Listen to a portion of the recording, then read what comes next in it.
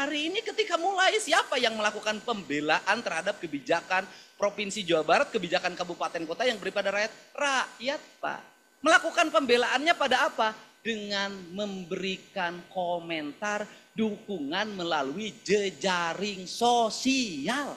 Dan itu demokrasi terbuka, Pak. Dan itu partisipasi publik. Siapa yang melawan arus media sosial, yang itu mendukung kebijakan pembangunan, sesungguhnya dia sedang berhadapan dengan rakyat yang memilihnya sendiri.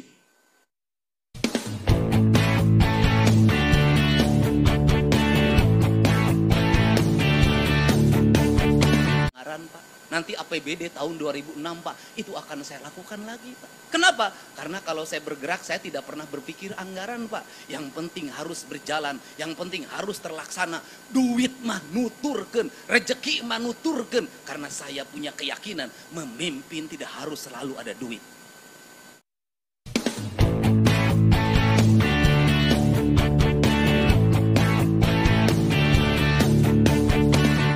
Assalamualaikum warahmatullahi wabarakatuh. Sampurasun. Bapak Ibu yang saya hormati, yang hari ini kita bersama-sama berkumpul untuk menapakur diri dalam sebuah rencana kepentingan jangka panjang tentang bagaimana wujud Indonesia masa depan, wujud Jawa Barat masa depan, dan wujud seluruh kabupaten kota masa depan. Penyerahan naik ke tingkatan yang keempat adalah ketiadaan. Tingkatan yang pertama bersatu itu sifatnya material. Tanah, air, udara, matahari secara material disatukan, maka dia akan melahirkan kehidupan. Cara bersatunya harus simbiosis, mutualisme. Tidak boleh saling membunuh, tidak boleh saling mematikan. Andai kata satu mati itu demi yang lain. Andai kata demi yang lain dia memangsa bukan karena keserakahan. Dia ada karena ekosistem yang mengharuskan dia berbuat seperti itu. Maka sesungguhnya dalam filsafat dasar ini Teh Rike dan Kang Dede serta Teh Jihan, itu kita bicara tentang filsafat dasar dunia. Pasti dunia terbelah dalam dua filsafat. Yang satu barat, yang satu timur. Barat mengajarkan apa? Barat mengajarkan Bellium contra omnibus. Bahwa manusia satu sama lain itu saling menaklukkan. Bahwa hubungan manusia dengan alam itu saling menaklukkan. Alam ditaklukkan, dieksploitasi. Alam ditaklukkan, dieksploitasi. Maka lahirlah revolusi industri. Dari revolusi lahirlah industrialisasi. Dari industrialisasi, karena saya punya keyakinan memimpin tidak harus selalu ada duit. Ini. Kenapa? Para raja dulu tidak menyusun APBD. POC itu membangun gedung negara di Cirebon ini tidak ada itu persetujuan DPR-nya. Bagus Pak. Yang ada persetujuan DPR-nya kita sudah beberapa kali SDG Rarugrug Pak. Kenapa itu terjadi? Karena kita kolaborasi hanya dimaknai oleh berkumpul bersama untuk memutuskan, bukan rasa dan cinta. Kolaborasi itu tidak harus mesti dimaknai bahwa kita rapat. Kolaborasi harus tidak dimaknai bahwa kita ini berkumpul membahas pleno 1, pleno 2, pleno 3. Kolaborasi adalah ketika ada tindakan darurat untuk kemanusiaan, untuk keadilan, untuk rakyat. Maka semua berkolaborasi dengan apa? Minimal mendoakan. Atau minimal diam. Atau kalau mau ngomong, silahkan ngomong sepuas hati Anda. Kenapa? Itu perlu. Pemerintah perlu otokritik. Saya selama ini dikritik tidak pernah habis. Dan yang paling menarik adalah di Cirebon. Ada orang yang marah sama saya. Jalan di Cirebon gorek. Gubernurna lain Bapak Aing, tapi Bapak Tere. Saya katakan jadi gubernur baru 2 bulan. Terus ketika dicek jalannya jalan kabupaten. Kunaon jalan kabupaten ngama ka aing ari sia. Kunaon teu ngama kabupati nah. Kan menjadi aneh. Kenapa? Otokritik boleh, tapi harus logis. Perbanyaklah kritik pada saya. Pada apa?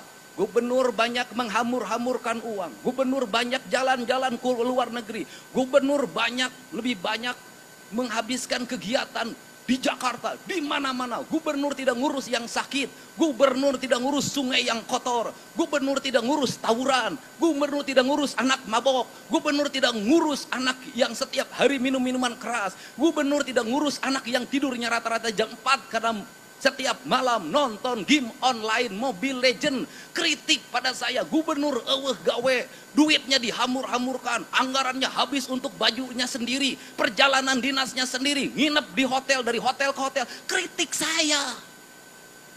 Bukan dibalik, ketika gubernurnya jalan-jalan ke luar negeri terus, duitnya dihabisin tidak jelas, itu pernah dikritik, aing nu digawe dikritik.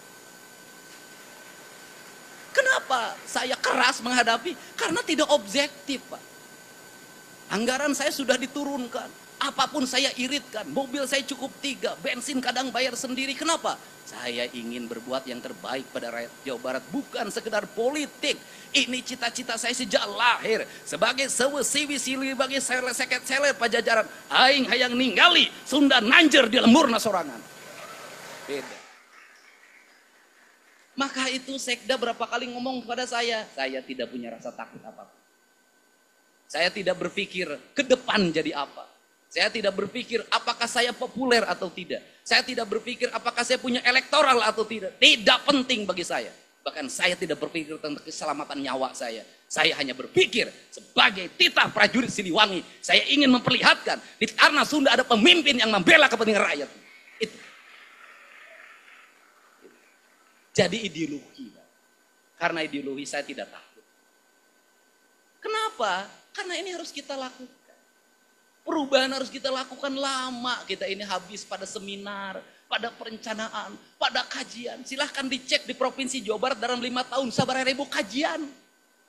Wah. Dan silahkan di kabupaten kota ada berapa ribu perencanaan.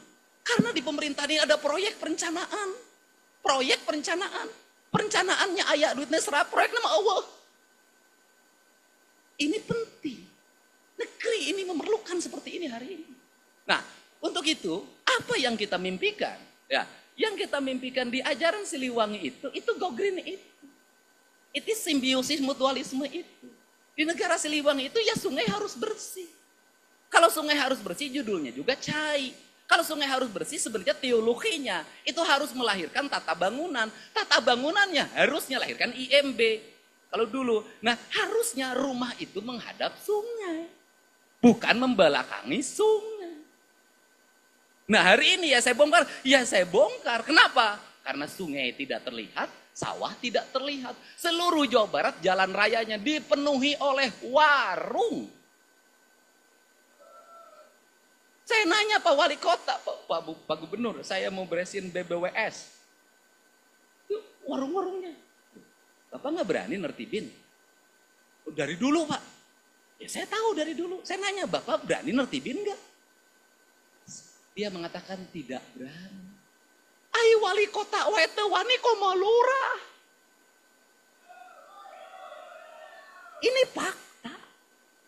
Nah, kalau seperti itu, apakah saya akan membiarkan? Tidak. Saya akan datengin, Pak. Saya akan diajak bicara. Kita kembali pada hak dan kewajiban. Itu milik negara. Kembalikan hak negara pada negaranya. Kenapa? Negara untuk kepentingan rakyat, bukan untuk kepentingan perorangan. Di Indonesia itu, di Sunda itu, harus dimulai dengan berani. Kenapa? Kalau tidak mulai, orang Sunda mah turut munding. Orang Cirebon juga sama, ada Sunda keneh. Cuma ada 3 variabel kebudayaan di Cirebon.